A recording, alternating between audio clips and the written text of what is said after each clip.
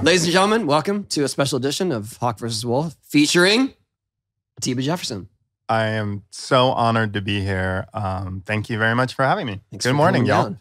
All I do is bribe you with your favorite Yeah, Mexican shout out food to here. Rico's. We need to make sure that gets a plug. Lifetime supply. It's my favorite Mexican. Rico's. That's what we're getting. I mean, he literally that is everything else is incidental when he drives down here from LA. The catalyst is Rico's. It's mandatory. How many years deep are you Rico's? Because when I lived in Carlsbad, I used to eat Rico's when I was 7. I want to say like 19 kind of thing. Like my relationship with Rico's goes back to 1995 when I moved here from Colorado to Oceanside. Yeah. Okay. So that's the same spot. There was a skate shop. The same there, right? spot. Yeah. What was that? 5 something. There was a skate shop right there. Yeah. And there's a new skate shop there. Shout out to that. Rose Street. Shout out to all the skate shops we know the names of. Shout out to you. I know this one, Rose Street, which is near in Rico's. the shopping center near Rico's off El Camino. This whole thing is just a Rico's play. Yeah. Rico's. I can't believe I remember Can you guys that. sponsor the show? What? I can't believe Wait, you don't eat there still? Like it's like Tony said, if you want me to hang in San Diego, just offer me Rico's. To me, Rico's is like I'm 540s. It was just like that was a long time ago. You know? Oh my God. Yeah. You're doing a 540 today. Me and my brother, like we love it so much. If one of us is down here, we bring it back to LA. Like so. So we Rico's. just ordered for the fam. And Reheated Blake. Rico's And is Blake. Yeah. Oh, it's great. Even better. Yeah. It's like lasagna. Reheated. Your twin brother. My twin. Identical. Beer run. Beer run. That's his Instagram handle. But that's what I just call him now because it's such a good name. Hey, that is good. That's a really good handle. Wow. There's an underscore BEER underscore run. I can't spell, so that Okay, doesn't so make sense. Tiba, I want to know the journey of just moving here from Colorado with your brother, right? Yep. To Mhm. becoming a preeminent photographer, one of the most sought after skate photographers and mainstream photographer. How does that all happen? That's a very honorable intro. How does it? I mean, I think how it happened for me, like when I talk about my journey, I mean, the first thing is love what you do. You know, I moved out here. I was really inspired. Me and my brother were inspired by this movie called Men at Work with Emilio Estevez and Charlie Sheen. Good movie. Great, classic. Good movie. Stuart Copeland soundtrack. It's amazing. But I just wanted red curbs and blue sky. I was like, let's work at 7-Eleven. We drove from Colorado straight into Oceanside. Wait, you have it in your mind. Let's work at 7-Eleven. 100%. Because We're we could get moving a to job. California and working at 7-Eleven. Yeah, we'll get a job there and we'll just see how it goes. So Because they have red curbs? well, no, because I feel like that was the only level of education we could get a job at. So we pulled into Oceanside and we saw an apartment building and we just went right to that, signed a lease. We didn't know it was in the hood, but signed a lease for 6 months. And we had already made connections at Transworld through Grant Britton and Ted Newsom. So Akko was able to help Ted Newsom out. And I was just like kind of the lurker. Like I would just go to the office and lurk around. And, you know, I feel like they would just go, hey, go skate with who they weren't motivated to skate with or whatever. Like knowing Jeremy Klein would be like a lot of energy. They'd always be like, go skate with Klein. So I would skate with Jeremy. You mean go to get him to skate so they can shoot photos of him? No, I would go shoot the pictures. Oh, okay. So you already knew how to shoot photos. I already knew. So I picked up a camera in high school. I had broke my hand getting in a fight with my brother and I needed an art elective. And so many parts of that is wrong. Yes. You got in a fight, really crazy. Your brother, whoa. And you broke your hand on his head? No, I broke my hand punching the door because he locked himself in the bathroom. Okay, that's bad. And I was trying to get at him. I mean, twin brother, you know, it's a passionate relationship. But so a really good friend of mine, Josh Wildman, we were already skating by this time. I knew I wasn't good. My friend Josh took pictures and I was just like, oh, all of it just kind of came together. And I picked up a camera. I really loved it. And, you know, it was one of those things. I'd done an article about my hometown remotely. So I had like these weird connections. Josh Beagle was one of them. They came through for Barbarians at the Gate. and I was their tour guide. And he was like, hey, if you ever want to come to California, hit me up. This is like pre-internet, only phones. So I would call him all the time and tour to him. Like, I got a pro skater's phone number. I would just call. I would also call Transworld all the time and talk to Sal Masekela. And say, Really? what? Wait, Salema. you and Sal? Salema. Talking about what? What was he doing at Trans? So you're like, hey, Salema, it's Atiba. Yeah, And he's and like, Grant, hey, what's up, bro? Grant and 'Cause Salema. didn't He did sales. He That did was it. sales. Yeah. So I worked at a skate shop. Shout out BC Surf and Sport. RIP to the one in Colorado Springs. I did demo for them. So In the mall. yes, exactly. Great chain in the mall. But so I was working at BC, so I would call Transworld so we could order, and then I would just be like, "What's the weather like? What premiere just happened?" You know, like Where's the nearest 7-Eleven? there was no like skateboarding only came in the form of print magazines and 411 at that point. So any kind of insider info you could get was like mind blowing, and you got a lot of it from sales reps. So whoever you talk to at Deluxe, whoever you talk to, like I would talk to Lance Mountain and call the firm all the time. Like that was my favorite company. So, you know, Josh Beagle was like, yo, and I came and visited him. Thus, that's what got me sparked. And then I was like, we moved here and, you know, I was just hanging out at Transworld. Grant was kind enough to be like, hey, help me out. Don't go work at 7-Eleven. I literally had an interview at a 7-Eleven in Oceanside. Oh, you He's didn't like, do it. I didn't do it. I wanted Did to know Akko how. leave you hanging? He didn't go? Akko was stoked because he was helping Ted. Oh, he already had kind So of a he job. kind of I had see, money yeah. coming in that I would have to borrow from him because I ran out of money. And yeah, Grant really, you know, it was a game changer for me to be able to sit in his office. I would send back photos and just like assist him in the studio. And I learned a lot. And that's when I was just immersed in skateboarding. And, you know, skateboarding is a young person's game. So, you know, Grant was having kids and being a parent. So it was like, yo, go skate with Chet Thomas, go skate with whoever. And I was so down. And I was like, it was really funny because I was like, you need more LA in the mag or, you know, this skater. And they'd be like, go try and get him. I drove up to SF to like try and get Mike Carroll footage. Fully flaked on me. I'm still a little bit bitter. You know, it was like my You favorite. didn't see him? No, he flaked. He apologizes still all the time, but he But that do was it. blame You drove from San Diego to San Francisco Yeah. for that purpose. I hung out at Pier 7 for like 3 days. Oh and my it was funny God. because Thebo found out, somehow had a connection with Thebo. And he's like, go skate with Huff. And Huff took me out. Like he oh, fuck yeah. So I would skate with Huff. And that's how I became like really good friends That's with major. Huff. Yeah. And So then it I wasn't a complete waste. No. You got no, tons no. of But stuff. I look back at it like, imagine some rando calling you and being like, yo, I'm in town. Like, you've never met this person. They're like, let's kick it. You're like, no. Yeah, but I wouldn't say yes. yes and no. But the industry was so small then So that tiny. when you find someone that's passionate about it, it would felt like you would lock in. Yeah, but I mean, But I get it. but Carol's also a kid at that point. Yeah. And they had their own 18. scene. It wasn't like they were struggling for footage. or whatever. Exactly. Yeah. And I feel like that NorCal Transworld thing still was a Oh, thing. it was in full It was force a then. full thing. Yeah, it was. And Transworld wasn't that. It was cool still for Tracker that. and Indie, Yeah. Transworld and Thrasher. Oh, I get yeah. that. Yeah. So You were trying to reach across the aisle. yes, because that was one of the skaters who I felt like Yeah. they didn't have enough of that San Francisco vibe, and even LA. So I would drive up and I would stay with Eric, and that's how I became really good friends with Eric Keenan, like all those dudes. In '95, like I'd be like, "There's not enough. There's too much San Diego." You know, because San Diego was the hub of that, you know, it was like just go to San Diego every weekend and someone did something on the Blue Rail, you know, so we're taking this way I'm back. trying to think of when we met. Well, you told me that you saw me at DMV. Yeah, so I saw Tony. Me and Akko just had moved here and we're like going to get our new driver's license update, that shit. And we're like, dude, that dude looks like Tony Hawk and he has glasses on and like, we're like, whoa.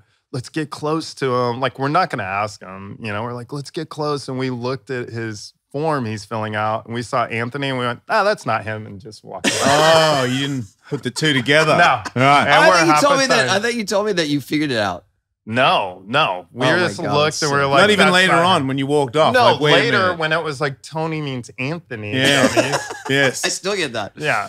It was just like, that's not him. Let's go. You know, like, so like whatever. Glasses? You mean But then- sunglasses? I was probably wearing glasses. I have my eyesight's questionable at night. Yeah. So Oh, shit. most likely what And I that was was doing. pre-LASIK, probably, Yeah, right? 'Cause pre-LASIK, you got absolutely, yeah.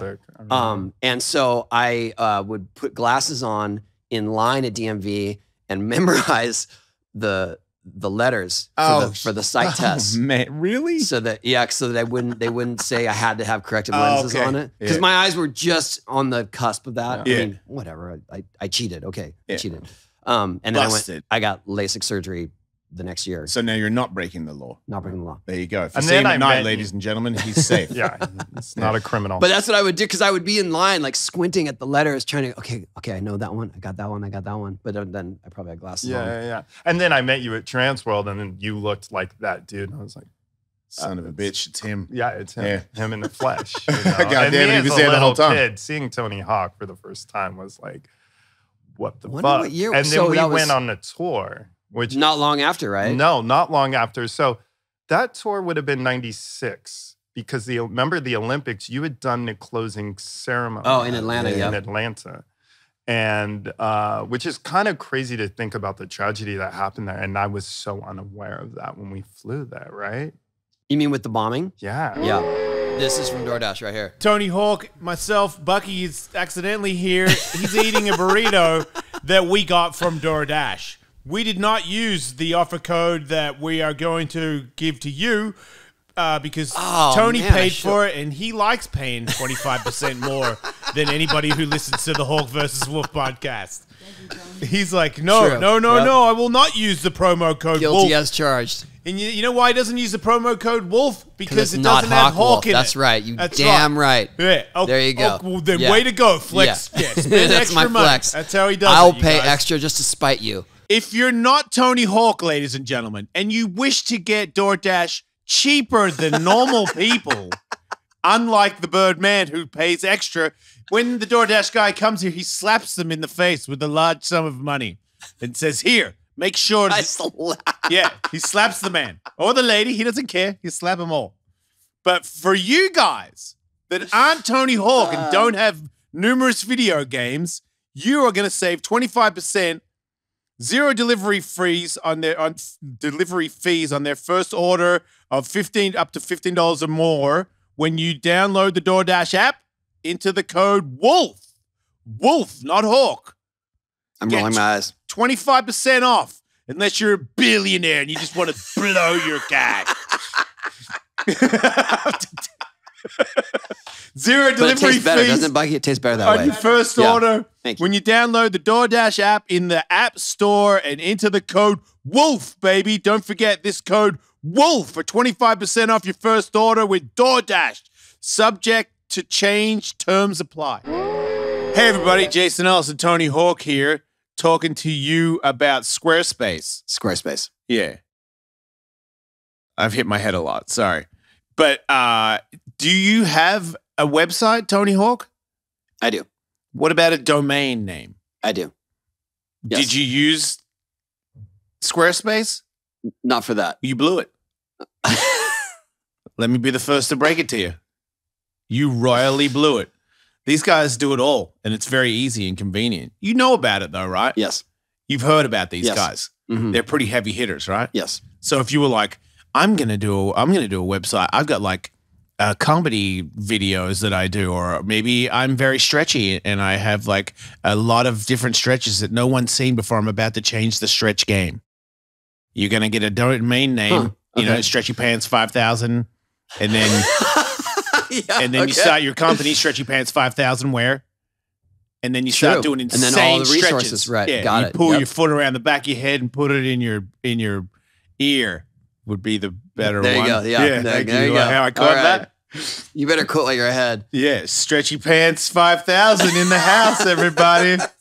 Head to or check out, it's entirely up to you how you want to get there, but squarespace.com/Hawkwolf for a free trial And when you're ready to launch your Stretch Your Pants 5000 I was going to say, there we go. website, use the offer code HawkWolf to save 10% off your first purchase of your website or domain.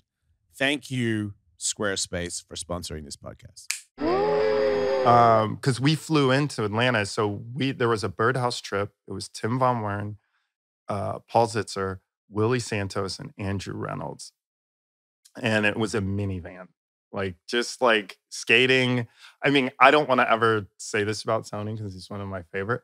But at that point, were you even still retired? Maybe I was just doing whatever I could to keep the company going. Yeah. So it wasn't. I mean, I was skating actively, obviously, but I was definitely the guy. He was the TM. I was the team manager. Pre-900, pre-video. Figure out the routing. Figure out where, a hotel. Can we afford one room? Yes. Can we afford two rooms? Yeah. It was. This was not glamorous, but no. I'm aware it hasn't all been gravy. I know. No. But for me, just moving from Colorado, this was the most glamorous. I'm with Tony fucking Hawk, and it's the first day. He hands me the keys. Hey, go park the minivan. And I'm like, oh my God. That's right.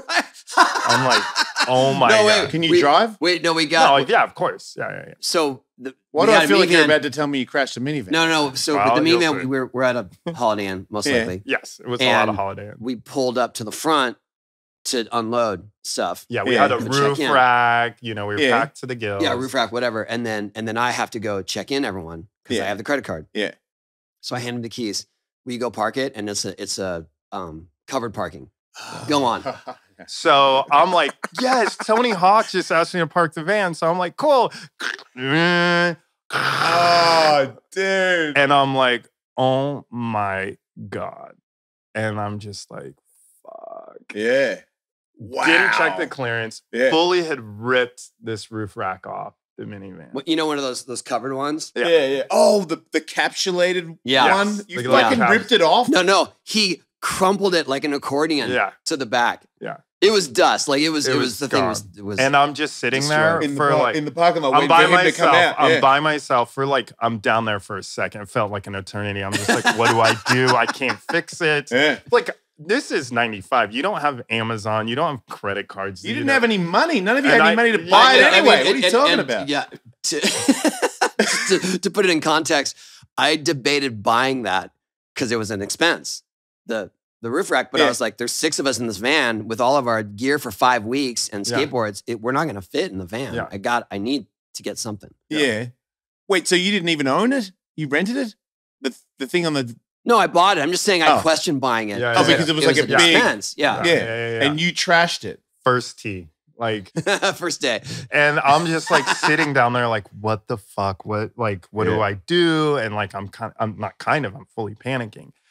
And I finally come to terms hey, you're just gonna have to go. That is the only and just suck it up. And I'm just walking to the room. And I'm just Tony, I'm so sorry. Yeah.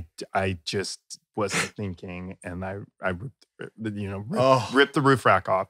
And he's like, it's all good. We'll figure it out. We didn't really need it. And I so relate to because if you do fuck up and you don't do it on purpose. No. He's not a freak out guy. No. He's rational. He'd be like, well, look, you didn't ram it on purpose. So why, let's just try and solve it. Yeah. Which is what you want to hear from somebody when you fuck them over like that. But you're still, because he's him, the last person, I don't want to fuck anybody over, but I fucking really don't want to fuck him over. Tony Hawk. This is Tony Hawk. I grew up on Animal Chin. This Me is too. My all-time. I'm just and he was so cool about it. But it always sucked because then we had to pack everything into the van. And it was already, the van was way too small for all of us. Yeah, if you took a photo of someone be in the back. Yeah. But do you remember I think that at some point we just were let's get bungee cords. Yes. Yeah. And we'll bungee the bags to the top. This story is hilarious. And so we did that finally after a week of being too cramped. Yeah.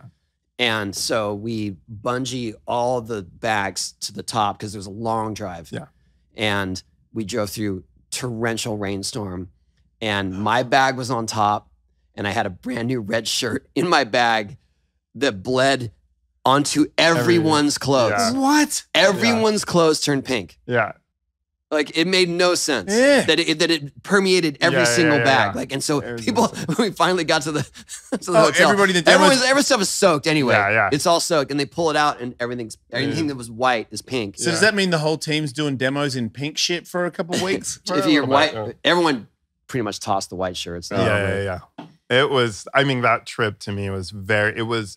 Besides the Santa Cruz trip, which that's a whole nother story, where I went to jail for 2 days in Memphis.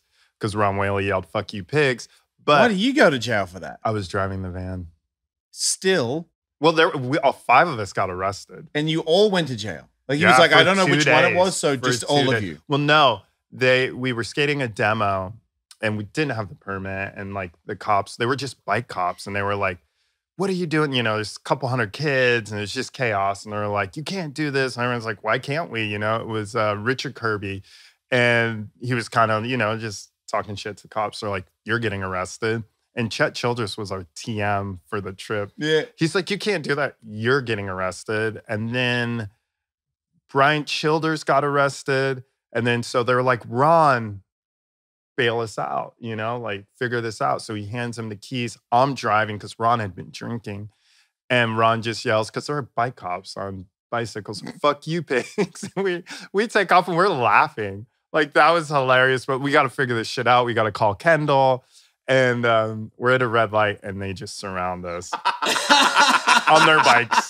And we're like, on their bikes? Yeah. Oh, I thought they went and got cars. Yeah. They pedaled out. Yeah. Wow. Very minute work. And so they pull us out, and I actually got charged because there was weed and mushrooms. Oh my God. So I had like controlled substance and all this shit. I was just like, "You're kidding me." And you took the fall. Yeah, I took the hit. And before smartphones, so you can't pull your phone out and go and say, everyone does that now where they're like, what are you accusing me? What crime have I committed? Yeah. Because if I haven't committed a crime, you can't ask me for identification. Like you can say way to yourself, that. You're just like, we're fucked. But the thing is, this is pre-cell phones, and pagers were just a thing. And no one could get a hold of Kendall, so it took us a while to get bailed out. So we were in there for 2 days. And at first it was a drunk tank, and then we get transferred up. Yeah. There was a riot over peanut butter and jelly sandwiches.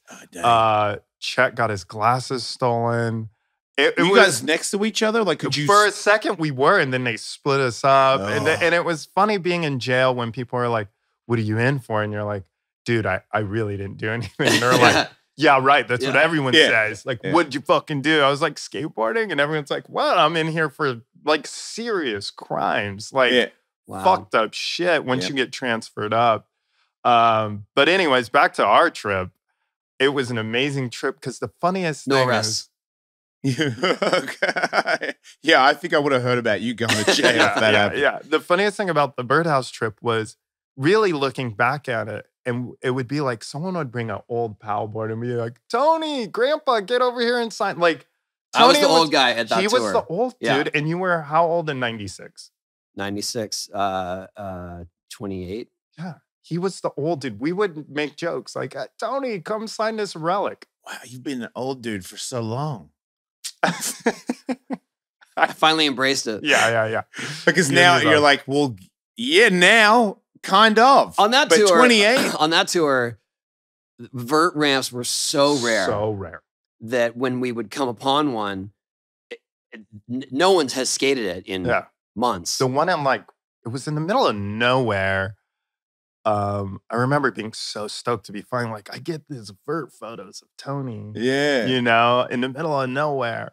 Oh yeah, we have those photos. Paul skated. Yeah. too, Okay. I think that was maybe the only vert ramp. There was one in outside of Chicago. I want to say Scrap. There's people out there that know exactly what I'm talking about. 96, y'all. Yeah, and they had a vert ramp indoors, no decks, no coping. Yeah. Because no one even would bother to get to the top of it anyway. Everyone's just like, woo. Yeah. And then I show up and everyone crowds around the vert ramp. So I got to pump my way up. Yeah. Every time. Do tricks. No deck. I'm talking about like just plywood. That's the top. Yeah. So what's on the other side? Just scaffolding. Death. Yeah. Cool. Yeah.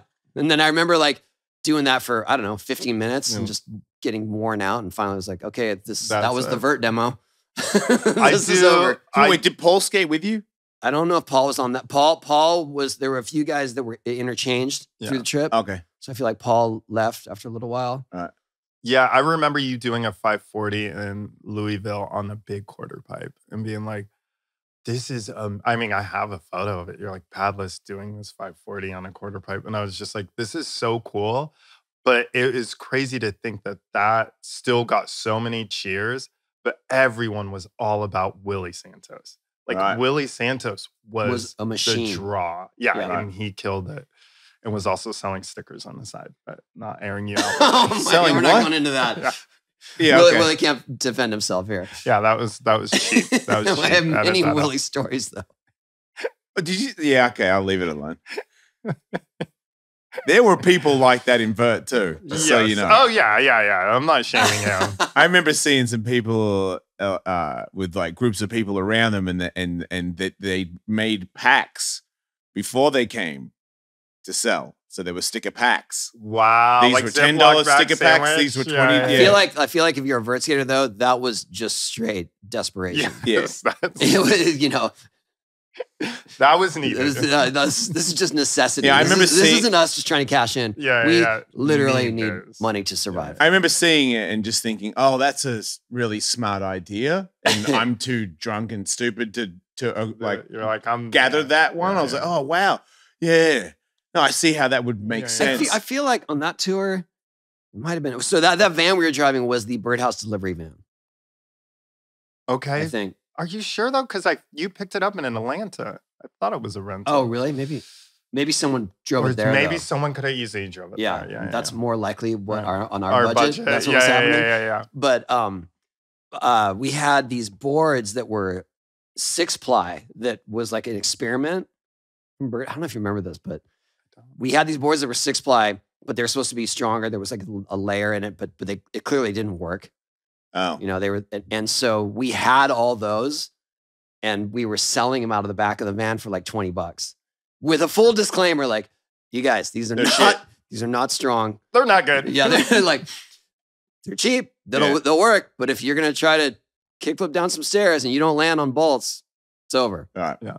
And people didn't care. I mean, I remember like really realizing now, back then it seemed like a big deal, but now I'm like, I remember the last day you gave us all the money from the demo to like party with.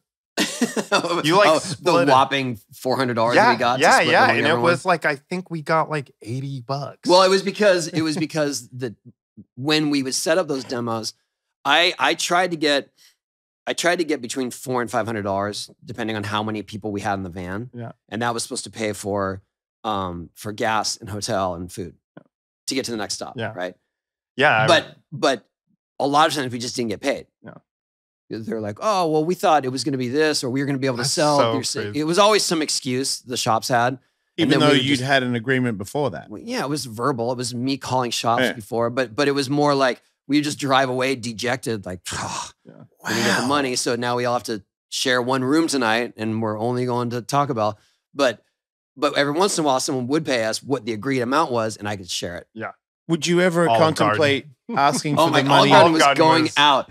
Yes. Falling. Like that. If we had money, we went to Olive Garden. Did you ever contemplate asking for the money before the demo? No. No. Maybe? I guess in my mind, it was like, we're here. If he said no money at the start, you'd still do the demo? Yeah, we're not going to leave people hanging. Yeah. Right. But also it was more, I guess in my eyes, it was like, do you see what you got? Like we did the thing. People were stoked. Yeah. Please give us money. Yeah, please. Yeah. Here's the hat. Yeah, it was a weird time for sure. It was. But that's the thing. It wasn't that we were trying to cash in. We were just literally trying to get from point A to point B. I remember one of the cities we couldn't find a hotel, and it was in Chicago outside. We stayed with like a friend of yours. Oh yeah. That's right. And his girlfriend was pissed. I'm sure. I don't blame her. No, I don't. All showed up and she's like, super what the late hell at is night. Yeah. Like super and he's late. like, oh, these are I know these guys. We work together through our net or something like that, you know? And it was like, I just knew he lived in that town. Yeah. I think I literally looked him up in the phone book. Yeah. Oh. Okay, so you didn't even know him really? I mean, I knew him because we had worked together years prior, and I think he quit. I want to say he worked at Arnett. He quit to move there. Okay. And then he's like, oh, I'm moving to the da-da-da, you know? And so they're like, hey, we're in town. We got nowhere to go. You're saying his girlfriend's not a huge skateboard fan? I don't think she was a fan of having anyone at the house. But imagine if Tony Hawk called anyone today and was like, bro, I'm in a jam. Can I crash? Everyone would be like, 1,000%. Yeah, like, right. Let's go. But back then it was like. Showing up with Andrew. And you could have like 7 wives and you'd still commit to it. Yeah. Like, you're good. Like, yes, you can come and stay you're with all your friends. My bed, too. Yeah. And anything else you want. Oh, mate, it's Ellis, mate, and Birdman, Hawk versus Wolf. GoodRx, you say. I say GoodRx to you, too. Good day, RX. You know about GoodRx, right, Tony? I do. It's accepted in over 70,000 pharmacies nationwide, like CVS, Kroger, that's got to be an East Coast thing, Walgreens, Rite Aid, Vons, Walmart, and more. So, prescriptions. Do you have prescriptions? Would you like them to come in a more convenient manner? Yes. I'm glad you said that, Tony, because GoodRx has got you covered. They've got you so covered that we've even got a deal here where we can hook you guys up because GoodRx knows that this podcast is pretty cool. I was going to cuss so many times just then that that's what I came up with. You're holding it together. It's good. You're doing good. For a simple smart savings on your prescriptions, check out GoodRx. Go to goodrx.com/wolf. Dude. I know. Sorry. goodrx.com/wolf. goodrx.com/wolf. GoodRx is not insurance, but it can be used instead of insurance. In 2021, GoodRx users saved an average of 79% on their retail prescription prices. Thanks, guys, for sponsoring the podcast. I totally forgot about that. Yeah, like it's just really cool to look at that and like back to the original question. You know, being cool and being humbled is, I think, what has been the biggest thing, and loving what I do to get me to the place I am, because I never thought I was going to be a skate photographer. I never was like, this is going to be my career. You're going to buy a house off it. You're going to buy your mom a house off it. That's it. It was like, no, I just want to be stoked to be on a skateboard. But how did it transition or branch out to doing other stuff? Like the same thing. It was literally the same thing. Whereas like, I loved basketball. I, grew up really poor in my town. So the Denver was like an hour away. So you weren't going to Nuggets games. So when I finally moved to California, we would go from San Diego up to Laker and Clipper games. I was lucky to sneak my camera into some of those games. And I actually have photos of Michael Jordan. It's like a historic game, his last season, where I snuck my camera. But from a normal seat. Yes. And I would be just like, it's so crazy because you couldn't pull that stuff off now, and working for the Lakers and Clippers.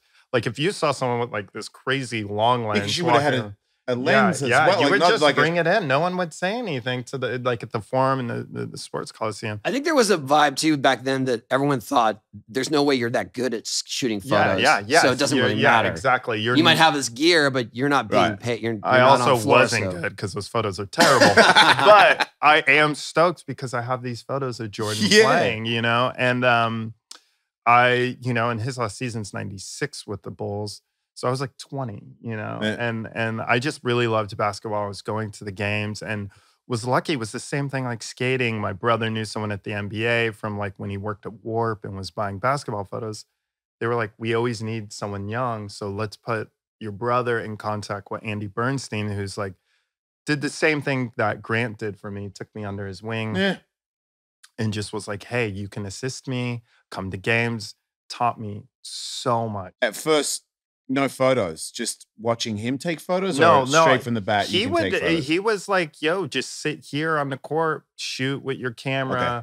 He would critique it. But really what I was doing was watching him. And that's the same that I did with Grant was, I always say assisting is free photo school. Because if you go to a shoot and you pay attention, you're going to learn a world. Right. All the way from working with the client to your subject. So that's what I was doing, right? I was like, this is how this works. And, it was amazing because, through that relationship, I saw Kobe win every championship and became friends with Kobe and built like a very strong relationship with him. And Andy's like, like I still text him like once a week, like, miss you, hope you're good, Instagram. And this guy's inducted into the Hall of Fame of basketball, as a photographer. So that, learning that and taking what I learned from skateboarding photography and bringing it into basketball, I started working for Slam and taking what I learned from basketball photography, which was like Hasselblad and high-speed flashing, just some real nerd shit. But that's what gave me kind of a different look in skateboarding, which at that time I was like shooting a lot with Jamie and he was just crushing it. And, even you with when the bull ring happened and shooting Andrew and like, my career, it was just like this snowball effect where I was so creatively stimulated in different techniques that I was learning from basketball and bringing them into skateboarding. And also being kind of at the right place at the right time. Like people say luck plays a big part in your career and it kind of does, like I really think just making the decision to move here and just being at the right place at the right time. Like, remember Grant and everybody was in Europe when the bull ring went down. Yeah, that's right. I'm not sure if I was so your thankful first. You were there. I'm not sure if I was his first pick, but there was no one in town. I remember them, and I never got to do those Europe contests. I grew up watching Munsters and all that shit, and Transworld and Thrashers and 411s, and I was always so bitter. Like when I moved here and they would be like, bye, we're leaving for 3 weeks, see ya. And I remember you hitting me up for this and being like, oh my God, like I have this all to myself.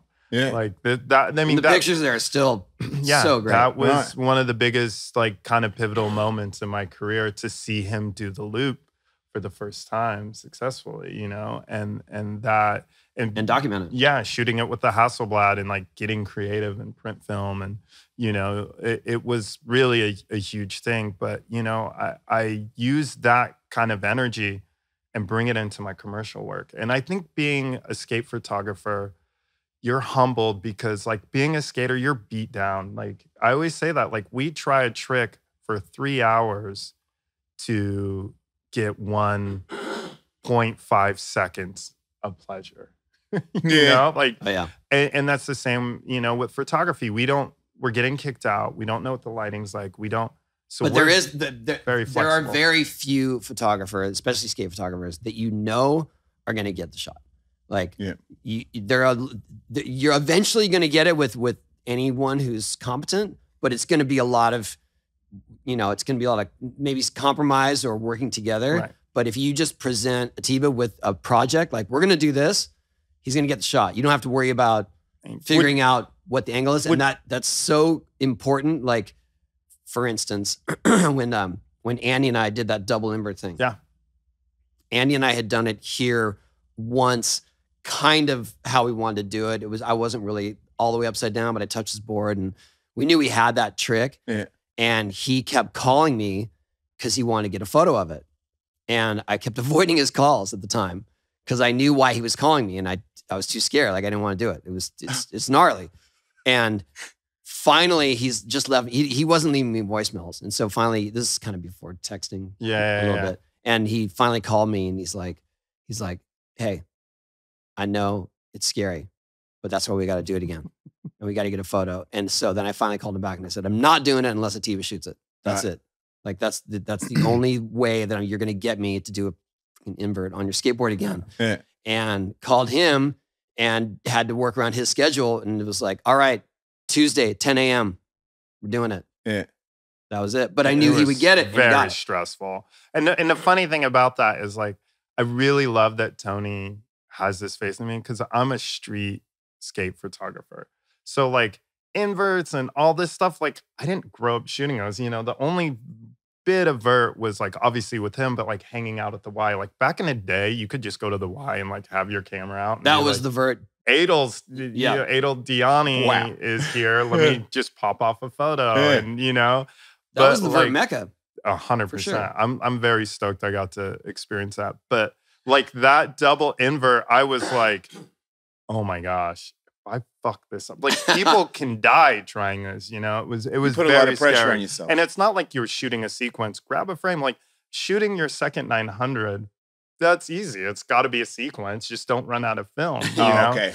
You got to get the spot where it's the most extended. We went, remember, was it once or twice we went to a couple different ramps? Well, we got kicked out of Plan B. Oh, yeah, that's right. Wait, what? You were there that day? Yeah. Wait, that's when I broke my rib. Yeah, you broke your rib. Oh, my God. Shit, I felt like we shot a Birdhouse ad. Maybe kicked out of Plan B. Yeah, it was so awkward. I totally know who made that call. Yeah, it was awkward. So somebody called awkward. him and said, "Did you know Tony Hawk's doing 9s at your ramp?" And he went, "Get him off the fucking ramp." Yeah. And I want to say it was Aaron Regan or Mike Regan. I mean, we're not going to say names, but I remember them being bummed. Well, no, here's the thing. Here's what happened. They were bummed. Yeah, they clearly did not want to come and tell us to quit. And it was so awkward. And hey, to in their defense, like it was their ramp. Yeah. Right. Yeah. And they were, hey man, it was in their the defense again. 900 Tony Hawk, that's sketchy, but like if you were anybody and you were on there and they didn't know, you're getting kicked out. Yeah, like, anyone that came there like a homie, they were like, no, dude, that guy's not invited. Yeah. They were very strict about the ramp. Yeah, and I didn't bring people. Like, I'm allowed to go, but I knew it was a vibey scene. Yes, sure. yeah. You were. There was an elite crew that got to skate. I was fortunate to be one of them. Yeah. And perhaps I overstepped my bounds by trying 900s, but it was the only ramp that was worth doing it. But because we tried human, we tried a human, and it wasn't big enough. Yeah, right? the human ramp was a little ramp, right? Yeah, and it wasn't wide, and I kept landing on the bottom. And he's got so many attempts, and that was probably 96. Yeah, I mean it's It's 96. Does that make skateboarding the hardest out of all the photos you take because of the hours that the athlete takes to make it? No. Oh, okay. The more longer the skater takes, the better I am. It out. Yeah. I love that. I'm like, take all day, where it's like Jamie Foy, frontside crooked grinds El Toro. Well, actually, Matt Mumford, Smith grinded it first try too. First try. Yes, the first try stuff sucks. You hate that. I can't. It's stand the one it. he gets one shot. The only reason why it's better is because they made it. Yeah. And you're like, cool, we got it out of the way. But like, that is the most pressure you can be put in is one fucking try. So, to finish the Plan B story, I was up on the ramp when we got the word, like, you guys got to go. Yeah. And so I was like, all right, I'm making it. Yeah. Right. So I drop in, 1, 2, fully commit, didn't have the right angle and fell in. I landed on the wall and then fell into the flat and broke my rib. So end of session anyway. Right. But it was more because it was like, it was so urgent that I had to try to make it right then. Yeah, because that's the ultimate, I have to go, fuck you. Yeah. Well, not saying you were trying to do that. I'm just saying, he left. It wasn't even that. It was more that like, here is the incentive. You're only getting one more try at this. Okay. And it's kind of crazy to think about that because of the way your life changed, obviously, after doing it. And it's kind of funny, like, if you would have made it that day, you probably wouldn't have resonated. It wouldn't have resonated. Yeah. You wouldn't have gotten the Sports Center. You wouldn't have gotten the glory that you got. I was there. That session could have gone for 2 days. You were so close that all of us were like, let's just stay and help him make it. Yeah. Because if he makes it, we all made it. If you had made it the other day and then you were like 2 hours deep, and I'd be like, you already made it once. Yeah. The best trick contest is over, dude. Yeah. But it was, I remember you like, you almost fucking made that one. Get back up there. Everybody was on board with get him back up there. I mean, there were people fucking trying to touch your fucking help. People were like, oh, you mean at X Games? Yeah, at X Games, the amount of people that wanted you to make it, like skiers, everybody in the vicinity. It's been over 10 years of attempts. Yeah, because, I mean, what year is it made at X Games? 95 was the first one, but what 99. Year did you, 99. So we were trying it 3 years previous, probably, right? 96, 97. 95 to 97 were my main tries of really trying it. I tried it a few times through the year. Like 88 was the first time I ever really tried it. Right. And didn't hold on to my board, land on my back, whatever. Right. And then through the years kept going, got more serious in 95. But then that's when I would ask you to come with me to the ramp. Okay, this is the day I'm going to commit. Yeah. And then broke my rib. And when I broke my rib, that set me back a lot. Because I was all systems go. I had it. Why did I screw it up so bad? Well, it's crazy because I remember being like, oh, I'm going to see history. And then you got smoked. And then it's like, fast forward to the X Games one. And I was like, wow, he did. I remember thinking like, he did it way later, like we were trying that back in the day and then you do it. But yeah, I always trip like, yeah, if you would have made it at Plan B, it would have probably just been in some Birdhouse promo. Yeah. Well, I tried to do it for the end too. Yeah, and right? Yeah, again. Yeah. You were there for the whole journey. That's crazy. Yeah, it was definitely good call making it that day. Yeah, for everyone involved. Yeah, that was the thing. Right? It wasn't for lack of effort on any previous day. Yeah. I know, but that really worked out. And that's where luck, going back to even when I say what my career, right? It's like everything times out for a purpose. You weren't like, oh, I'm going to win at X Games and then become this household name. Well, I didn't plan to do it there, so I think that's probably why it happened because it was more spontaneous and whatever. Yeah, enough of that trick. Yeah, exactly. Just kidding. Trick's awesome. Yes. But what else? There was something else I wanted to ask you about. But then you got into diversifying. Yeah, I mean, this is what I always say with my career is like, it's be involved in things that you love, And so for me, it's like, okay, bars, Jägermeister, Rico's again. It's just like, open a bar.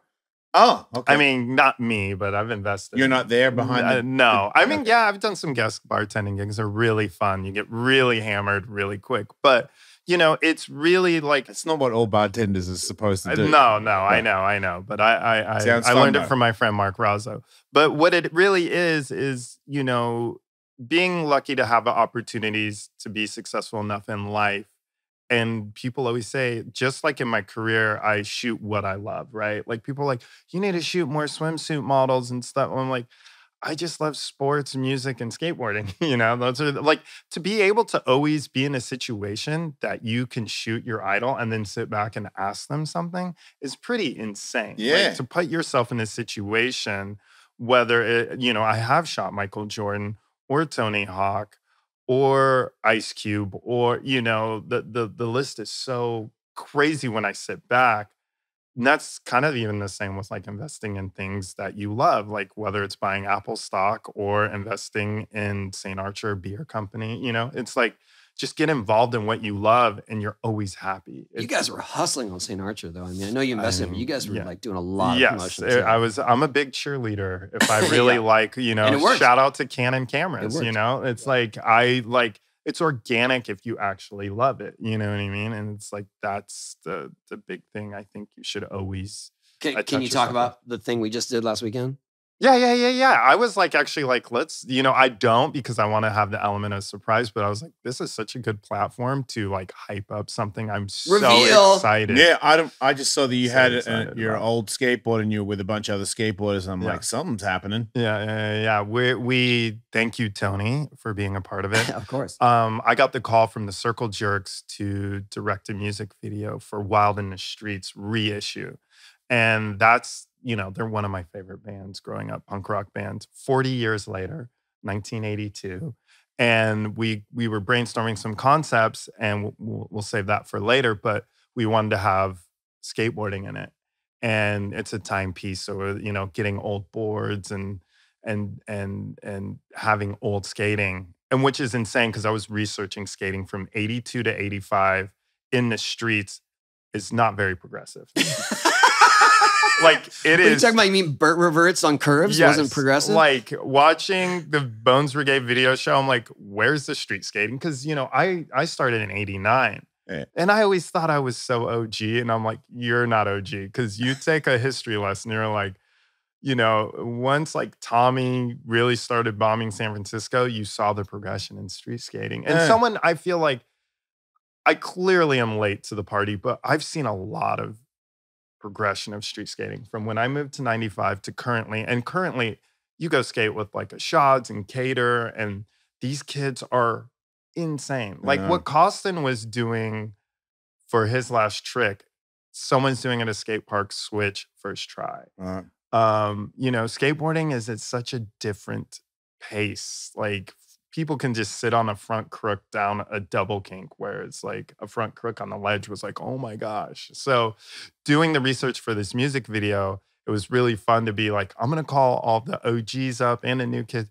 We're going to have you skating on boards from them, but don't do too much. Like Rowan was doing kickflips. And I was like, no, that was not They happening. didn't do that, right? Like even the launch ramp, I was like, we're a little late to the party, but we have an amazing cast from Christian to Lance to Tony to Rowan. Launch ramping?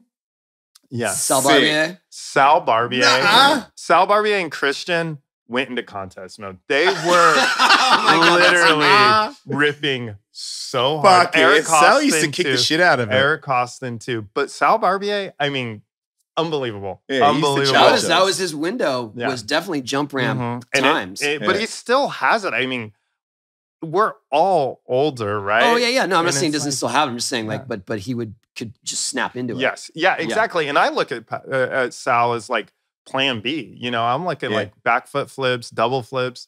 And I forget this dude is a jump ramp champ. Like he was great. Like as soon as the jump ramp came out, he was like, let's go. He's like, let's do street plants and Mike Vallely's there. He's like, let's do jump ramp shit. Yeah. Like because I was on H Street back. So that's when I met Sal. We lived in the H Street house and we would argue about, I'm dying. My sport is dying and his is soaring. And I'd be like, whatever, you fucking jump ramp champ, and he'd be like, fuck, damn right, I'm a jump ramp champ.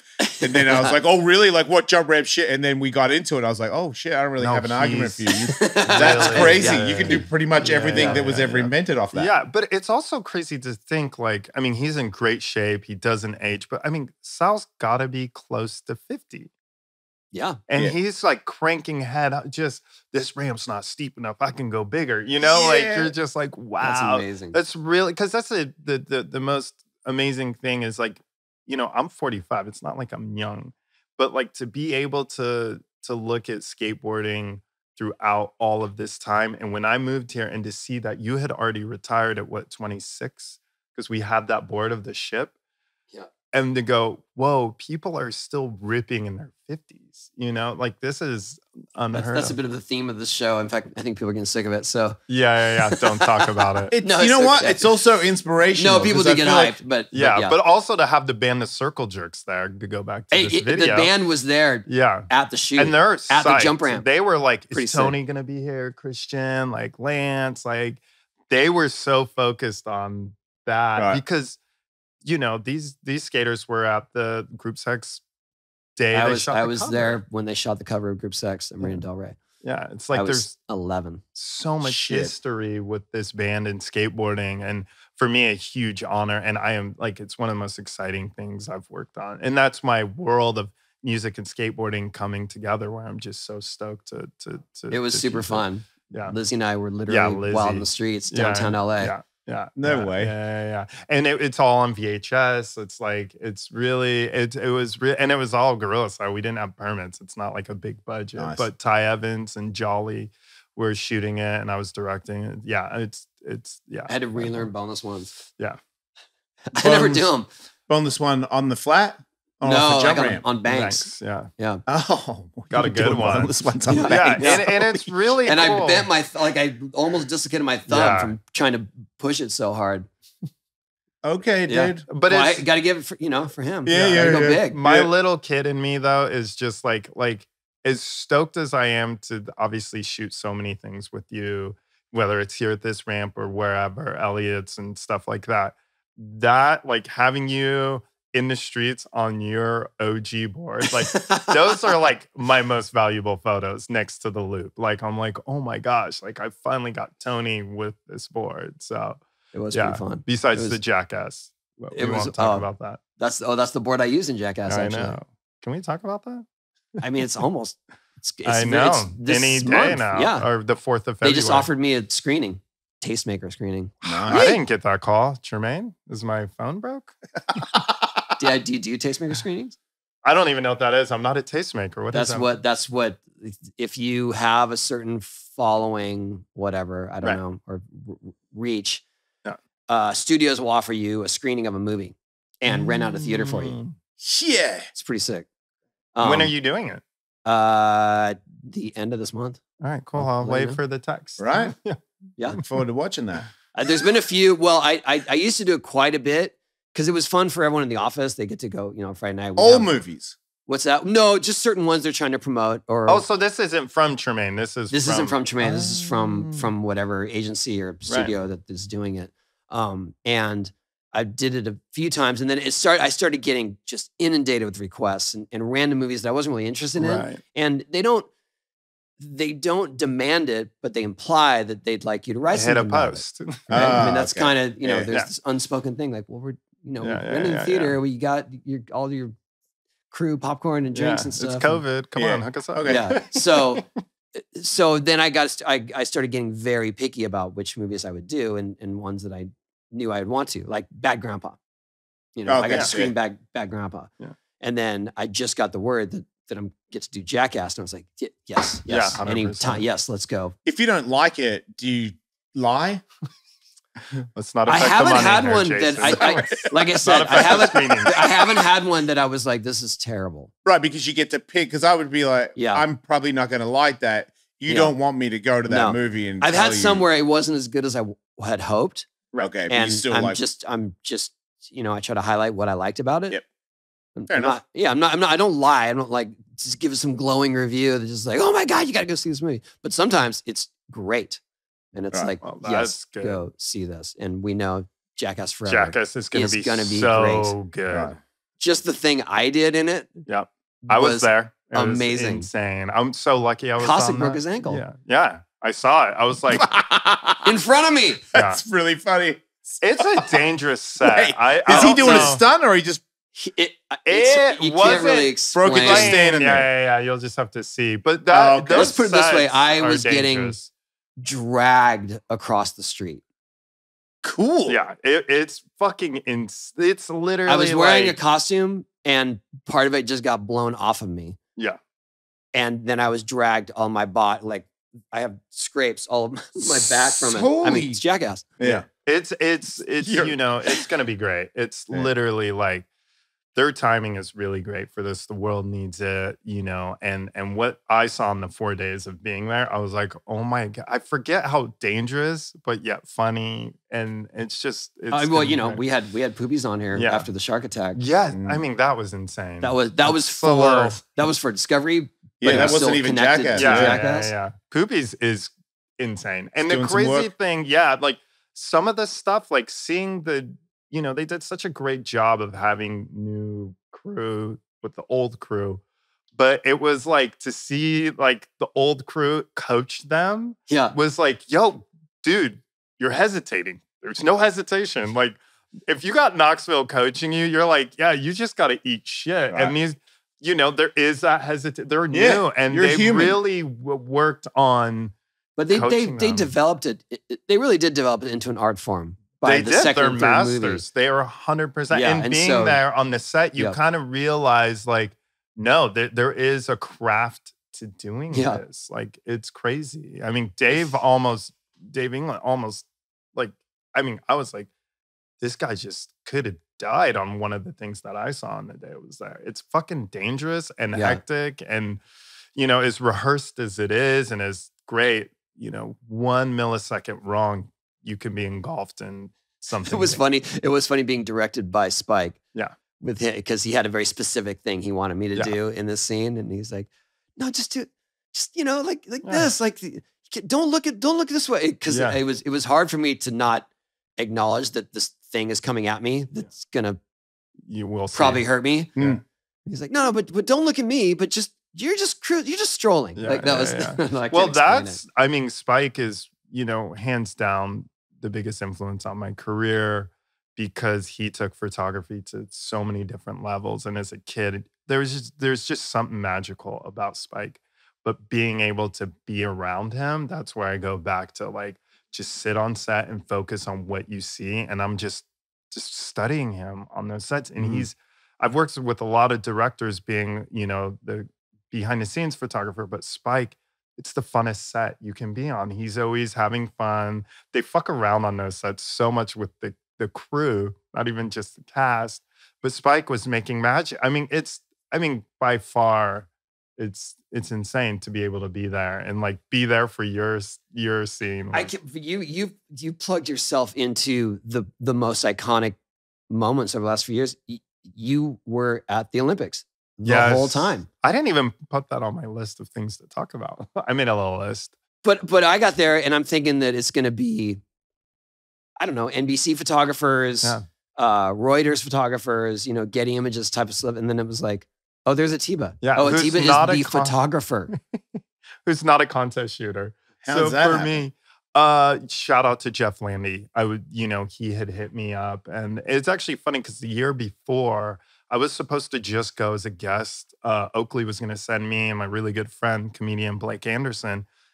He's never been to Japan. I go there about twice a year. So I was like, yo, I'm going to show you Tokyo from my perspective. Why do you always go there? I have a backpack company that's manufactured and distributed. Our main manufacturer and distributors there. Oh, okay. So we make camera bags. And so, yeah, I go to Tokyo all the time. I love it there. Like, it's probably one of the only places in the world I could live besides LA and Colorado. Can you speak the language? Not at all. Nothing. And you can survive no problem? Now with phones, yeah, you're pretty easy. Oh, because you say it into the phone. And then yeah. You learn a little bit? I know my restaurant. No, I really don't. Okay. But I have my bar, Beat Cafe, I go to, and my vegan ramen place of Furry. More plugs. You're a plant-based guy. I'm a vegetarian. Okay. I will eat cheese. I try not to as I was much going to say, as Rico, I can. it seems Yeah, I'm pretty cheating. cheesy. But living in LA, you just ordered cheese enchiladas, by I the know way. you're plant-based. I'm like you. Oh, you'll still do Yeah. a little. Okay. Yeah. I listen to the pod. But I do find that like as much, now we're talking about food, as much plant-based as I can get. Me too. Like I'm That's a part better. of a plant-based Mexican restaurant, Taco Vega, another plug in LA. How many restaurant businesses Genghis do you own? Cohen, Taco Vega, Black Long Beach, El Dorado, another bar downtown, Villager, Ashland, Hustler. So this is a Bravo, the backpacks. But this is a passion, obviously, and you're yeah, invested in all of them. I'll Like you also watch sing. what? Yeah. Speakers. Speakers. Which I SYNG. love. They sound so fucking Yeah, good they're when insane. they break in. I thought he said he sings for a second. I'm in that one too. I don't sing. Okay. We got invited to invest. Well, I did by Mike. I D. forced myself. I was okay. like, Damon, I am such a music head. You gotta let me in on this project. Damon Way? Yeah. Yeah. Oh, wow. He and Okay. Mike D. Yeah. That's how I got the invite. Yeah. That's a smart guy, so yeah. Yeah. Beautiful speaker. Cool. And then Mind Right also. What's that?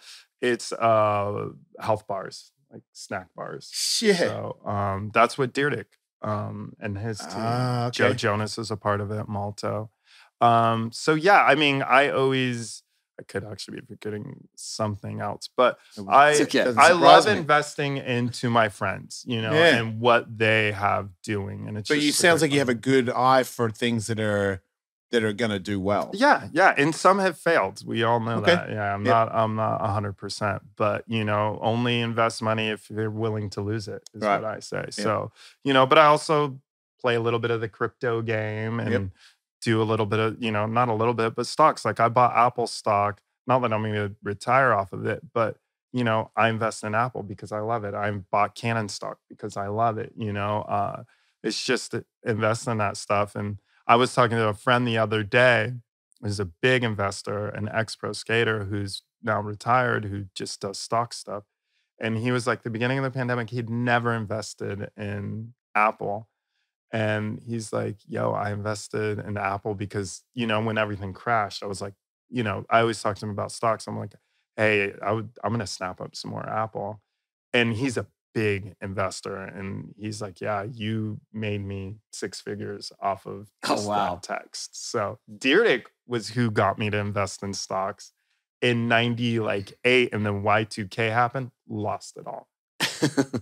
No shit. And it wasn't. I always figure a story that starts with Rob Dyrdek is a success story, but wow. No, every now and then, even he fucks up. Yeah, Good to know. That was the world. That was it was like the text, like the big crash, and he apologized. He's still always like, "I'm so sorry," but and it wasn't that much money compared to now, But it was, I mean, I'm, me and Rob back then, we were on a lot of skate missions. My first My very first paid ad was a video grab of Deerdick Nolly Nose Grind at City College. That was the first DC ad.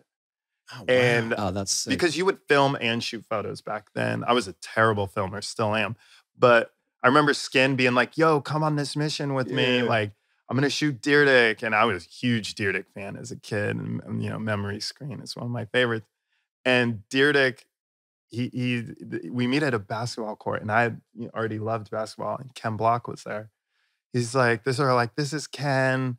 And he's like, yeah, dude, we're going to start this shoe brand. We're kind of base it off like basketball sneakers and, you know, sports but infuse skating. It's going to be called DC. And like, I remember being like, I mean, that's cool for me, but like, I don't know. This seems kind of crazy. Even though back then, you know, you had Duffs and, you know, shoes were still owned by skate companies. But they were doing drawers then. Yeah, exactly. And I remember being like, and then look at them now. You know what I mean? Man. And that was my very first thing. And if you look at the ad, it's filmed very shitty. And I remember thinking I reverse recorded it.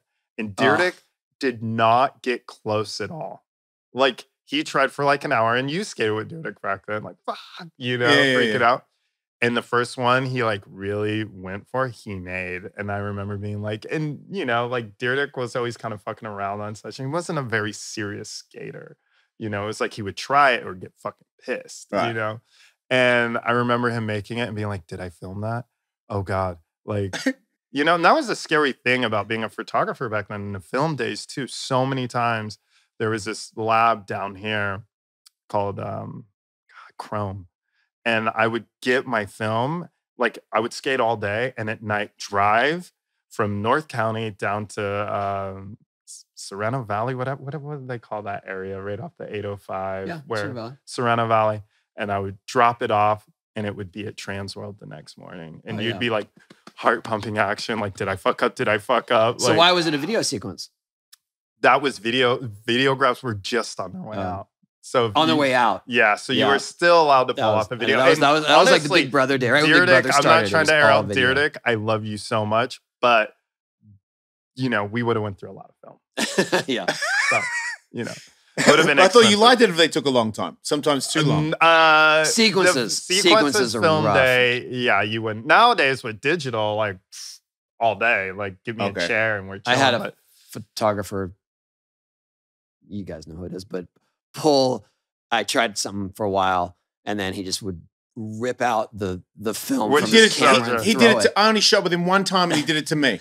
I know exactly who you're talking about. This photographer. Yeah, it'd be pretty hard to not be a fan of his. Yeah, his work. He's an amazing. But also, it got me a little scared.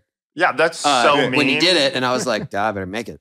Yeah. Well, the funny thing about that, you know, this is some real nerd shit for the older skaters. But the funny thing about shooting sequences with film is like once you get to your last roll, you'd get about 3 tries to roll. And then you'd get to your last one and be like, okay, to the skater, this is the last roll. I'm gonna just shoot the second half because we'll use the first half and piece it together and just be like looking at your counter, 36 exposures and being like, okay, we only have 5 frames. What? Okay, that's it.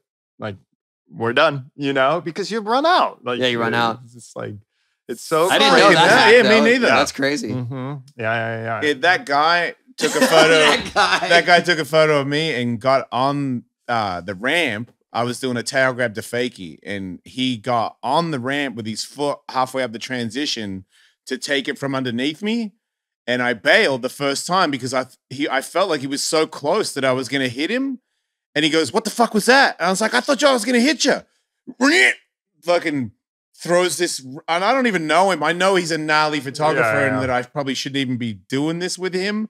So that goes flying over the ramp. I'm like, are you angry? I'm so confused. You gotta fucking make it. And I'm like, don't worry about me, worry about yourself. And I'm like, oh, now I want to hit you, motherfucker. Like I came in going, please lean into me.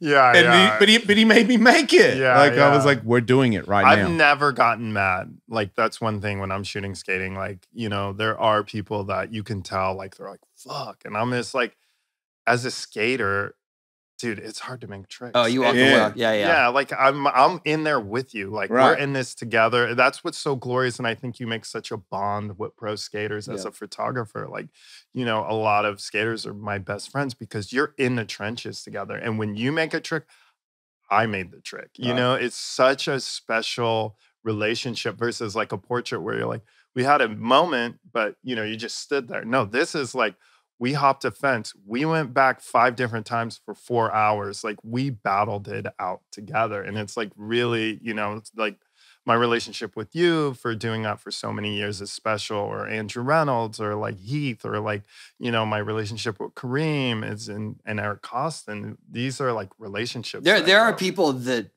only you can get to go skate and shoot photos. I mean, I feel it's that is true. Like I just know it. I love how he's like, true. I'm not saying that, but yes, yeah. Okay, there's so special relationships. What's been the biggest wow moment of seeing one of your photos?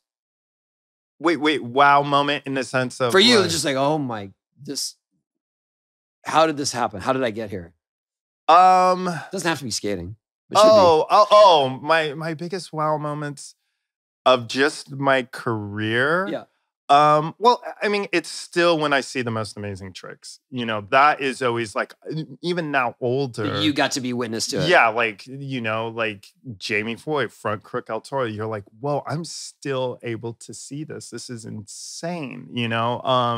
But also wow moments in my life are sitting courtside with Flea at a Laker game.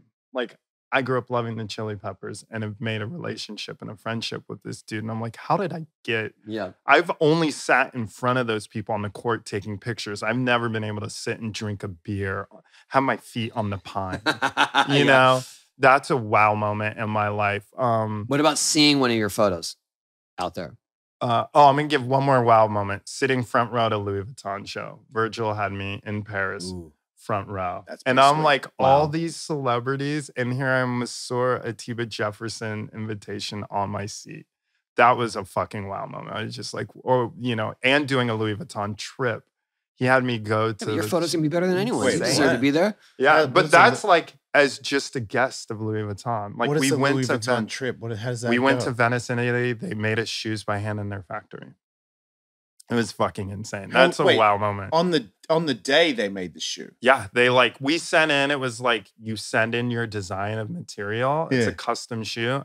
And then you show up at the factory, or like making it, because all their shoes are made by hand. Did they fly you? Like they flew us on very first class. Yeah. Okay. Yeah. There was very first class. Very first class? Now you got me. I mean, probably Tony Hawk first class. Yeah. Well, not me. So tell me the story. I mean, you're just handlers and people in the best hotels, and like you're on the best gondola throughout Venice. Is there any like Louis Vuitton accessory stuff that they give you while you're? Oh yeah, you're like that's something. You go into your room and there's like a personalized bottle of like fragrance, and there's sunglasses, and you know, just all the like everything. Sick. Like the paperwork is all like Louis Vuitton. You get like an envelope with your itinerary, and everything's sick. Yeah. Everything you would keep, or like stick it to your t-shirt and go into a club with it. Details is like we were cold on the boat, and they like gave us Louis Vuitton towels to keep us warm, and you like get to, you know, like keep that. Like so sick. Weird stuff. Those are wow moments. Okay, yeah, that one for sure. Those are many wow moments on my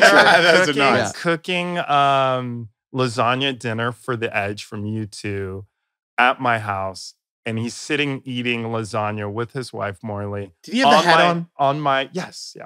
Crazy. On my mini ramp.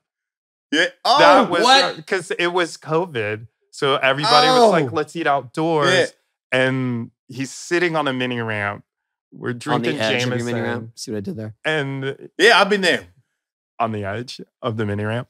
Yeah, like those are wow moments. But as far as like seeing my photos, I mean, this is going to be a weird thing. And I'm not trying to judge myself. I have wow moments where I'm like, okay, you got it. But I always see what I could do better. Yeah. And it's not like I'm like, it's like you at your tricks, right? You're like, could I have gone a little higher? Oh, you mean could you have made better lasagna? I make damn good lasagna. Oh, okay. I felt like that batch was good. I was like, this is the Edge. I'm putting everything into this. But you know, like insane. I have moments of photos where over time I'm like, I'm very proud of that. And, you know, your loop. I'd be proud if I could make lasagna. I don't care if the edge eats it. I can teach you.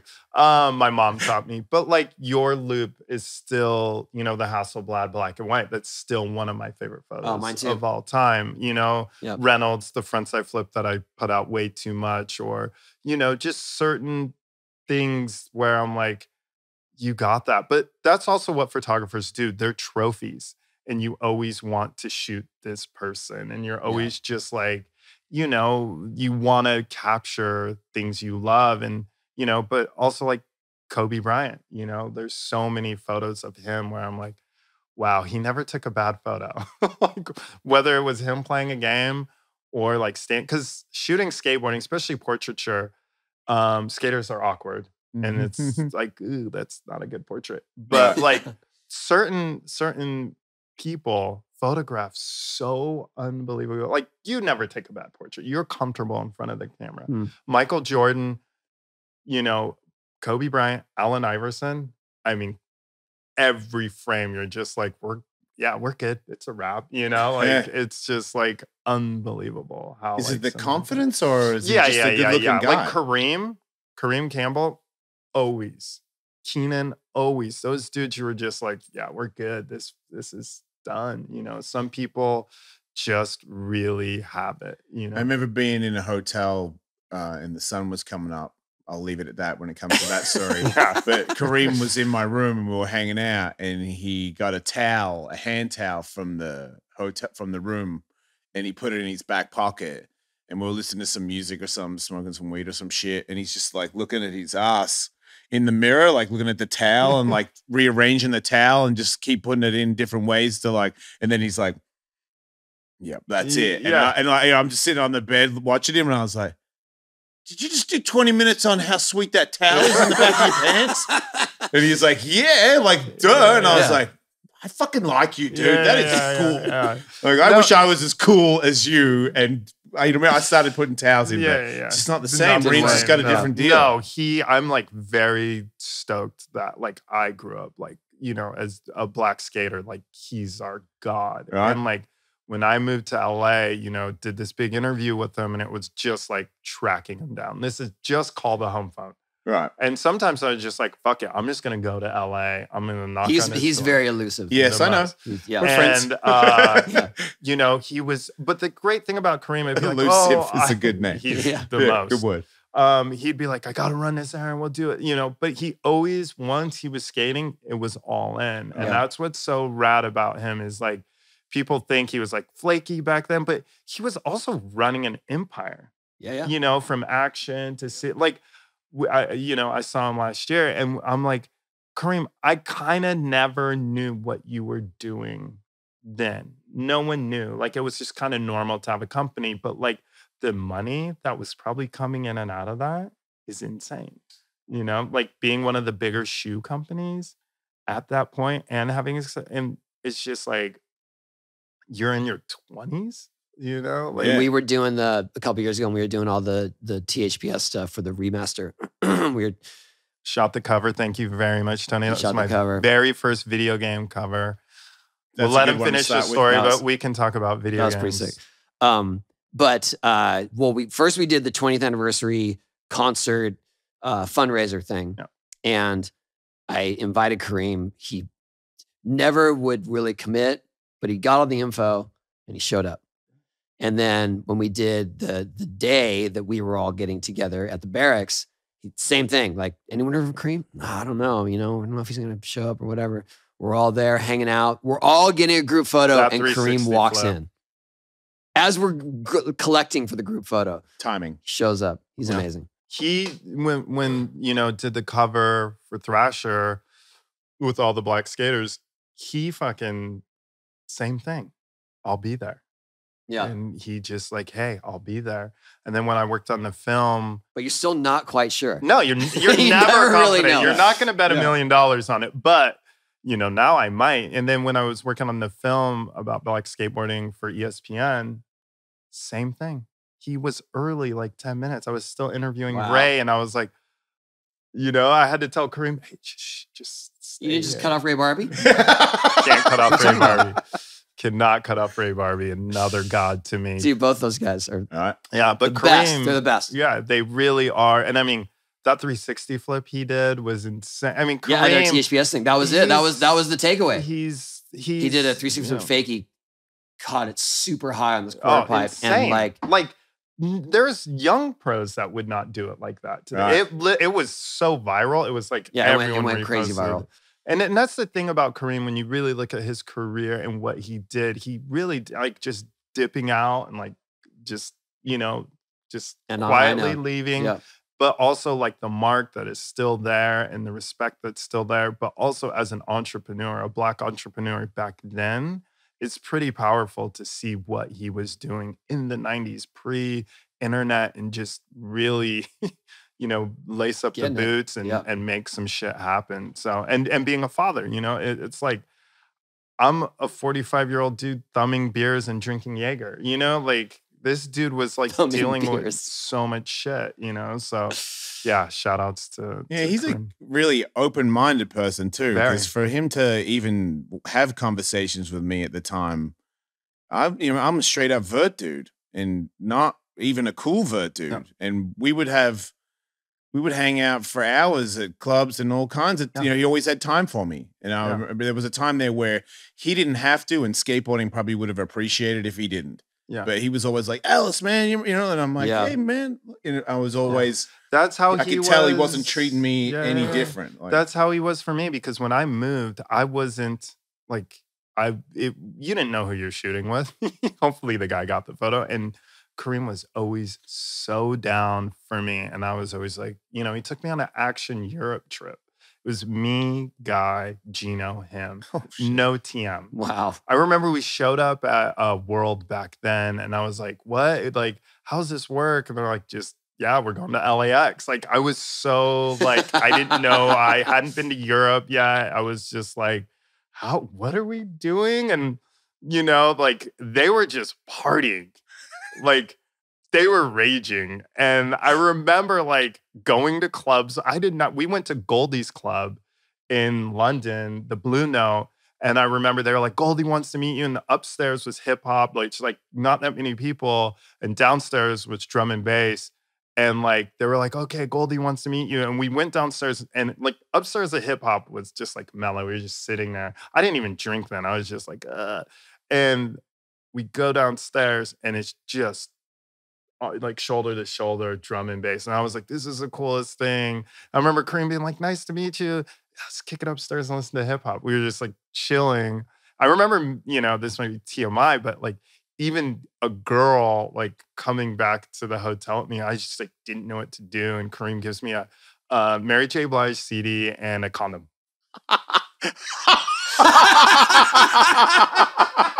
Like straight up. Oh my God. He is really helpful. Yeah, he is. That is handy. Really is. That's another wow moment. Yes. That's my one I'm taking away. Yeah. That is the best one ever. All right. Atiba. We're good? Thank you. Oh. We're good. That was amazing. Thanks, dude. That was Did great. I talk about all my shit? What's that? What shit? Let me check my list. Yeah, because go on. People are going to be... I mean, the only thing that I want to shout out... Notes? Yeah, of course. Was first... Do you want to be the executive producer of this show? Well, just like, let me think about... Notes. Well, the funny thing is our tour we went on, which you probably don't even remember, the what would they call it? The gigantic skate park tour. Oh, okay, yeah. So funny. I remember partying in New Orleans, on Bourbon Street. Like, we'd all go out. I remember you wrestling the dude who was on H Street, but it got like physical. What was his name? He was one of the filmers. One of the filmers? Was it in the bus? It was in the hotel lobby, but it got like kind of serious. He wrote for H Street. He was like an OG, but he was like part of the ESPN film crew. What? He was an old pro who was a puncher. Maybe he wasn't pro, but he wrote. Yes. Oh, Jeff Pettit.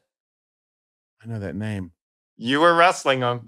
Faded. I mean, please. That doesn't. Wait, you're saying I was drunk and wrestling someone. That does not sound like me. The only other thing is being a character in the video game. Thank you so much. That was like so. Oh, do you want to talk about that? I mean, we won't talk about all of it. Listen, I mean, you brought it up. Why? What's so weird about him being in the game? Let's not. Let's do it. I was just accidentally in it as a hidden character. What happened to you that got you in there? I was a character in Tony Hawk Pro Skater 4 as a photographer. Huge honor. But someone that guides you.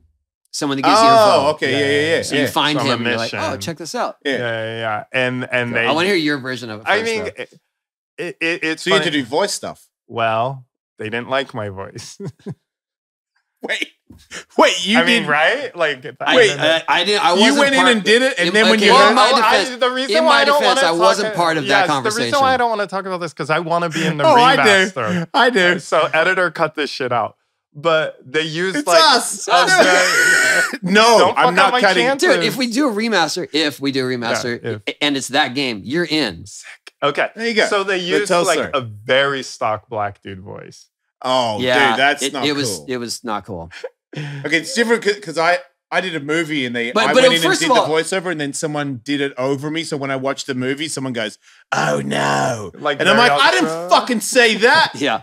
But apparently someone did a better Australian than me. We should have had that dude do this. Well, what happened was he told me that my guy should do this. He was doing the VOs and then I probably wasn't good. You said you're like, dude, that sucked. I didn't like doing it. And they agreed, I guess. Yes. So it's there's a whole crew devoted to this part of it, right? And then you, according to you and them, you gave them approval to just find someone else to do your voice. Yeah. Probably didn't even think but about then it. Then they did video this. games weren't like, you didn't think about it. But then they did this voice that was just like, come on, dude. Like, stop. Dude. Yeah, it was embarrassing. I want to find that dude. If this does air, I do want to find that dude. And so when I got it, I think I got the first test versions with your actual voice. Right. And then I was like, oh, whatever. It sounds works, like Atiba. And then when the game was released, I didn't realize they replaced Frog. it. And I was like, dude, come on. Yeah.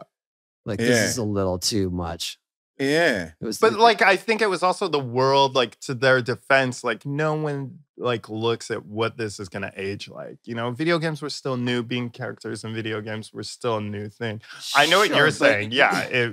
But you're trying to get the feel of being a skateboarder in a video game, and Atiba's in the video game. And if you know skateboarding, you know Atiba, and Atiba doesn't sound like that. Yeah. I get that a huge chunk of people that are playing that game don't know you, don't know. But there was a Hollywood shuffle element to it where it was like, come on, you guys, Hollywood shuffle, stereotypical, like stop it. Right. That's like. You know. And I own part of that. I own, I'm partly to blame, so I apologize. We're all okay, I didn't choose that dude. But I get it. Yeah, you can make it up to me in the remaster. Okay, all right. But I will say that's the one thing is like, Tony, thank you for the video game. I'm a gamer. And I remember me and you being at some arcade. We were killing time in Orange County and playing Top Skater together. Oh, yeah. And I remember that's a wow moment. If we want to talk about a wow moment, I'm sitting there and I'm like, Tony Hawk's next to me playing a skate video game. That game was definitely inspiration. It's huge. Yeah. And, for me, I grew up playing Skate or Die and like TNC and like Top Skater was like so revolutionary in California games. Shout outs to them. Yep. But that was so revolutionary. And that was a wow moment in my life. Like, I remember telling Aqua, like, dude, I played Top Skater with Tony. I think it was 50 cents or 75. It was expensive. Yeah. And then I remember you being like, dude, I'm going to make a skate game. And he would bring me, he chipped my PlayStation so I could play builds. He was my focus group for THPS. Shit. Yes. And so they would FedEx me discs, CD-ROMs that were burned. I had a modified PlayStation that I could play burned discs. Yeah. And then I learned how to actually modify the PlayStations. Yeah. So I modified his, and I would copy the disc for him every week. Oh, and then he and I would go back and forth, like him and he and I would go back and forth, like, what do you think of this? What do you think of that? What do you think of this? And then I would send them all of our notes. But he was like my conspirator. Yeah. Well, nice work because that's a sick ass game. And besides that, the only other shout out, Riley. It's so amazing to see him grow into who he is. And for me, what year is he born? 99. I mean, sorry. I was like, he wasn't born yet? No, 92. Yeah. So when I moved I'm sorry. I met him Spencer was born 99. I was like, you got kids. All right. It's okay. You got multiple. A lot of kids. But to know Riley since he's 3 years old and like for him to be my friend, you know, it's crazy to see that and like his whole thing. It's just like, no wonder he's cool. Tony's cool. Like, why wouldn't the kid come out that way? But it's really crazy. I always trip because when I come down, he really crafted his own. Yeah, he became his own person. Sure. But to see him when he was the little kid on the bus for those gigantic skate park tours, and whenever we would travel, but like he's the second dude I text when I come down here. Like, hey, are you around coming to San Diego? You know, it's actually, like, I think there's been at least one time when you got us together. Yeah, I mean, it was the last time for the Ricos. Yeah, because you came. Yeah, you came to the house. Shout out Ricos. And then Riley just showed up at random. Riley usually because tells me. you invited him. Yeah, it was but Riley usually tells me he's coming over, and there's usually a purpose. And then Riley just shows up because Atiba's there eating. I was like, what? You got Riley here? Yeah, you got like Riley. Me and Riley here. will have dinners in LA. It's like so cool that like. But it's more that when I'm trying to see Riley, it's very planned ahead. Yeah. It's like, hey, do you want to go check out this restaurant? Yeah. You know, he needs father-son time. Like Shut yesterday. up, Dad. It's just kids, all right? They don't. He came up. He's almost 30. Yeah, which is insane. I'm still back at him. Hey, man, wait, what happened? I like that he what needs happened stuff. yesterday? He just needed something. Oh, he came over, but you know, it's just life stuff. But yeah, but also makes you feel like, oh, I'm still effective as a parent. Yes. Yeah. I mean, Tony Hawk's your dad. It's gonna be pretty effective. Yeah, he's a good dad too. Cool. Well, chop that up. Thanks, dude. Yeah, chop it up. you. We're not chopping that up. I know. You got the wrong guys. That is all on there. Really? Well, there's something you regret saying. Wait, is it it? I never say anything. Yeah, you didn't do anything bad? No. We left out that one guy's name. Like, he cares. I know. Care. All right. Thanks, everyone. Thank you, Atiba. Shout out Ricos. Like and describe. Holy shit. Hey. Hey. You guys want to hang out? Do you guys want to skate? Or watch us skate? Or watch us podcast? What about both? And have lunch? What about if you just eat and boo us while we're skateboarding and doing the podcast? Because we are holding a raffle sweepstakes right now for 2 groups of 2 people. So you plus a guest or someone else and the guest, 4 people total, to come here, hang out, skate. You can skate with us. You can watch us skate. You can suggest tricks. To an extent. Easy for Jason. Don't suggest too much for me, all right? If you say Ollie Impossible, you're getting kicked out of the ramp. Oh, let's please do that. Yes. For real though, and you can go to the raffle to the link down in the description. It's in the thing, yeah. In the describe zone. Yep. And we're gonna pick a lucky winner. 2 lucky winners. Yeah, couple. Plus their friends. Come here, hang out, do all that stuff for real. So get on it. All the money that we raise goes to the skate park project. Build skate parks for kids. Help build public skate parks in underserved areas. Please go there. We thank you all, you guys, for supporting us and for supporting the skate park project. And like and subscribe and come hang out. Yeah, come hang out. Exactly. Okay. See you soon.